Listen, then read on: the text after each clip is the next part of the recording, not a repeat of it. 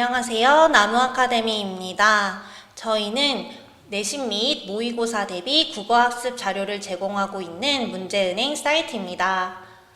오늘은 고1 공통국어 1 천재 김수학 3회 1의 땅끝을 함께 공부해 보도록 하겠습니다.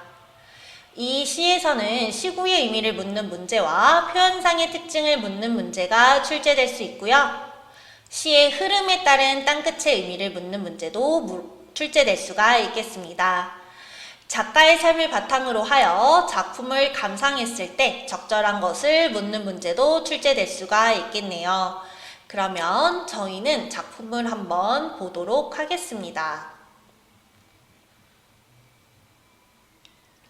산 너머 고운 노을 보려고 그네를 힘차게 차고 올라 발을 굴렀지. 자, 발을 막 굴려요, 여러분. 우리 이런 것들을 역동적 이미지라고 합니다. 화자가 보려고 했던 이 노을은 동그라미 시어가 되겠네요. 노을은 끝내 어둠에게 잡아먹혔지. 자, 내가 보려고 하는 것을 보지 못했어요. 뭔가 꿈과 이상이 좌절했네요.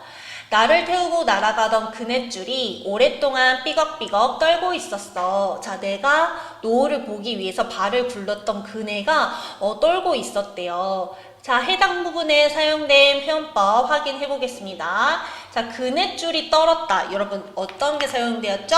그렇죠. 의인법이 사용되었고요. 또 삐걱삐걱에서 무엇을 확인할 수 있나요?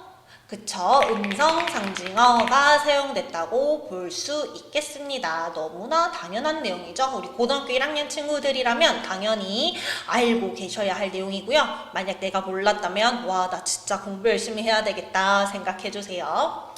어릴 때는 나비를 쫓듯 아름다움에 취해 땅끝을 찾아갔지. 자, 이 땅끝은 앞에 1년에 제시되었던 노을과 비슷한 의미이네요. 화자가 찾아간다는 점에서요. 그건 아마도 끝이 아니었을지도 몰라. 성인이 된 후의 화자가 깨달은 점입니다.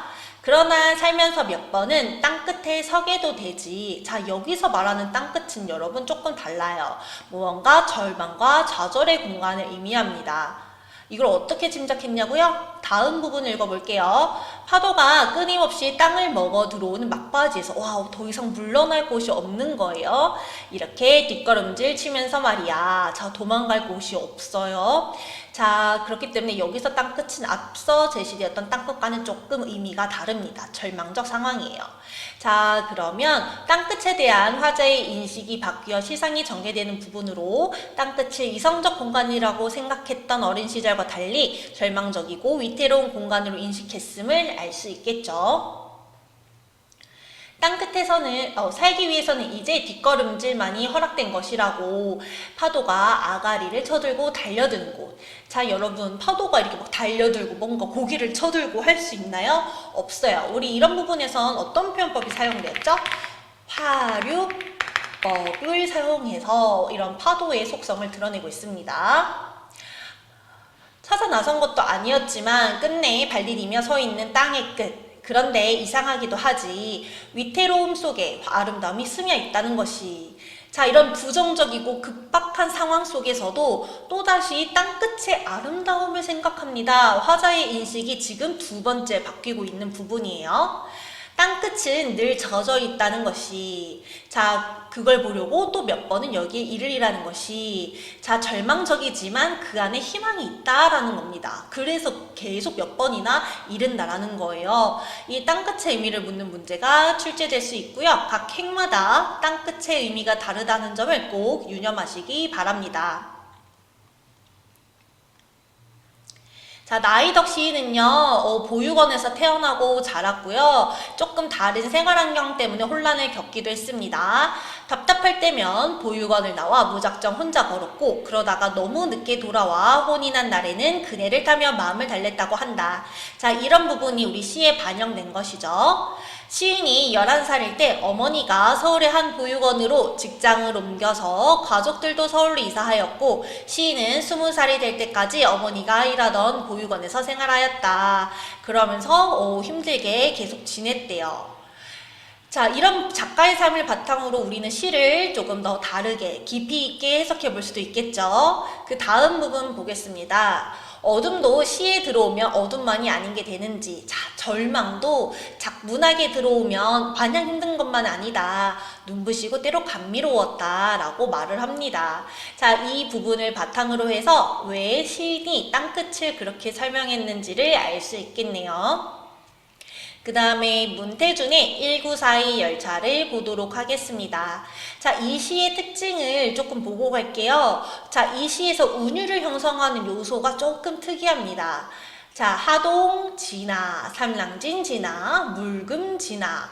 진화를 반복하고 있어요. 그 다음에 달고 가네, 부르네, 이렇게 뭐뭐 하네 라는 표현도 반복하고 있습니다. 또한 뭐뭐는 뭐뭐를 부르네, 뭐뭐 하는 듯 가네 라는 부분도 나타나고 있고요. 그 다음에 덜커덩, 시끌시끌 이런 음성상징어도 나타나네요.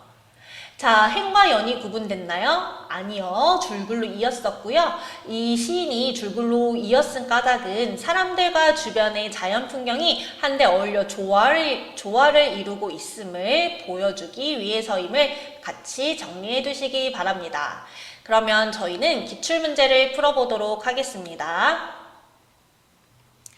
네, 저희 기출문제 첫 번째로는 문태준의 1942 열차를 함께 풀어보도록 하겠습니다. 윗글에 대한 설명으로 적절하지 않은 것을 골라주시면 되겠습니다. 학생 여러분들은 영상을 잠시 멈추시고 문제를 스스로 풀어보시길 바랍니다.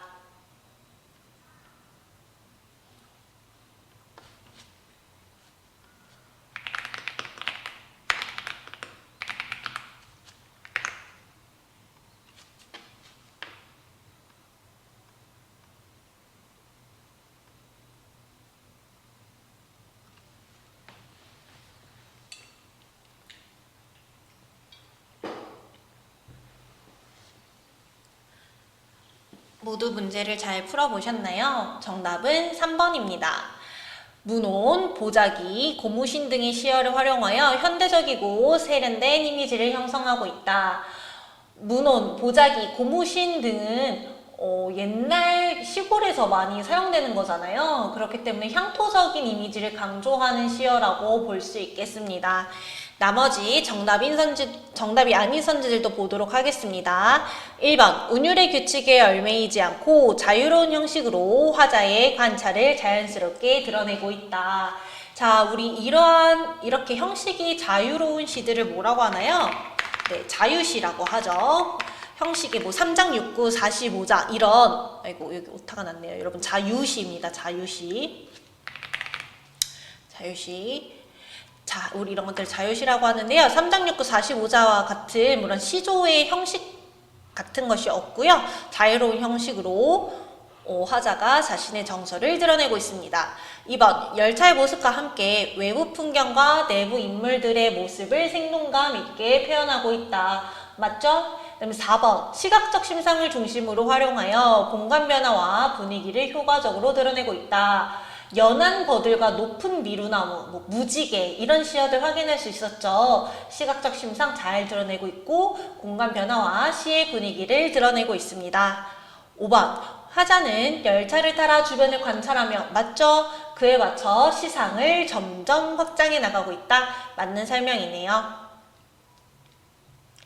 저희 15번 A에 사용된 표현 방식이 사용되지 않은 것은을 골라보도록 하겠습니다. 자, A는 우리 교과서에 제시된 땅끝이 되겠습니다. 똑같이 학생 여러분들은 영상을 잠시 멈추시고 문제를 풀어보도록 합시다.